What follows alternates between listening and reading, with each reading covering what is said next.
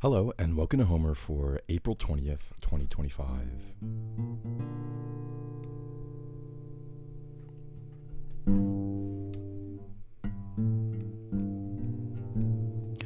Hoidodde fulla kessine nagroben noisine michthein. Uodemen hauron tas fulla konne getoras hauron. Allegre dortisun teokesine et pantes. Hoste kunes per email tu sore sontaia naulei. Deiros accusantes cratero pronosos te cathulein. Ergetai diore, ergetai dures fin polus doru magdos pautoi. Androne de cunona potes vesin hypnos alolein. Hoston dumas hypnos opole poroi no lolei. Nukta flasso menoisica ken pedion de caraie. Tetrafatho potepitron aioi in ionton. Tu sogeron gethes inidon parsua netemuthoi. Gais fas fonessas weperapteroenta prosauda.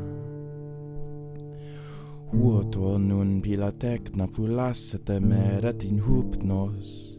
Haereto me karma genomethadus menesin.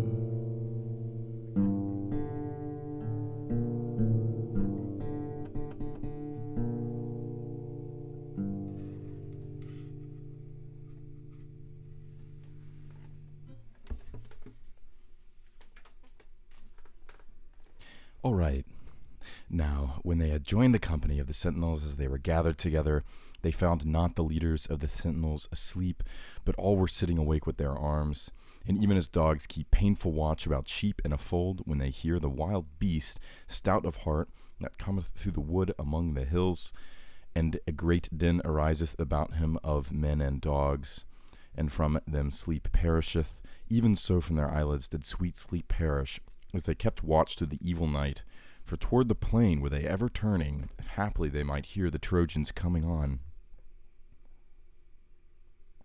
At sight of them, the old man waxed glad and heartened them, and spake and addressed them with winged words. Even so now, dear children, keep your watch. Neither let sleep seize any man, lest we become a cause of rejoicing to our foes. Interesting. So, interesting. I don't really know if this metaphor holds up, right? Because it's like, as dogs about sheep, who are guarding about sheep in the aule, right, in the fields, and they hear a great and scary monster who is going about the woods, right? Okay. And then polustorumag dosapao toyan drone de cunon, right? Okay. All right. So, and there's a great sound among the men and the dogs. There's three classes of people here that's introduced with this metaphor. There's the andron, the kunon, right?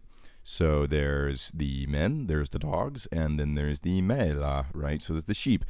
Who is the sheep in this case? So the Trojans are obviously the akusantes theros krataroponos, right? So we have the deadly monster, right? But and then, the guards are the dogs, I guess, right? So who are the men, right? What does this tell us about the categories of people? Maybe the men, as opposed to the guard dogs, are the leaders, right? Who are going about and who say winged words to them, such as, you guys are doing a great job guarding us, right? You're doing a great job right now. Children of ours, right? Not a single one of you is being seized by sleep, right? Or sleep is not seizing a single one of you. Let that continue to be the case, and let's not have bad karma, literally. So let's not have karma come about for those who are minded evilly against us. Once again, I think this is such an interesting, constructive passage about not only chains of command, but also these later ideas of the phulakon, right? The guards that we see a lot in Plato, the guards of the city, right? So these young men that are guarding, right, outside, right, the host of the Sentinels, right. Um, it's interesting that they are here the dogs, right, because that's also, a good guard dog, right, is something that Plato describes as a good, metaphor for the good guardian, which is, able to recognize, repel, and notify about enemies. So yeah, I don't know. I just think that it's, you know, it's sometimes I think I've gone through these phases with Homer.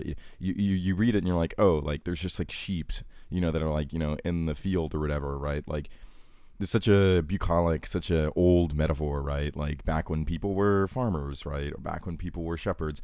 But actually, I think the power dynamic and the identification of humanity, right, is something that's worth meditating on, right? Are they dogs until they become the leaders, right? Or are all guardians kind of dogs, right?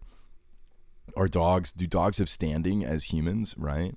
I don't know. These are just like really odd hypotheticals, but I think it's really worth looking at the structure of the guarding Athenian camp.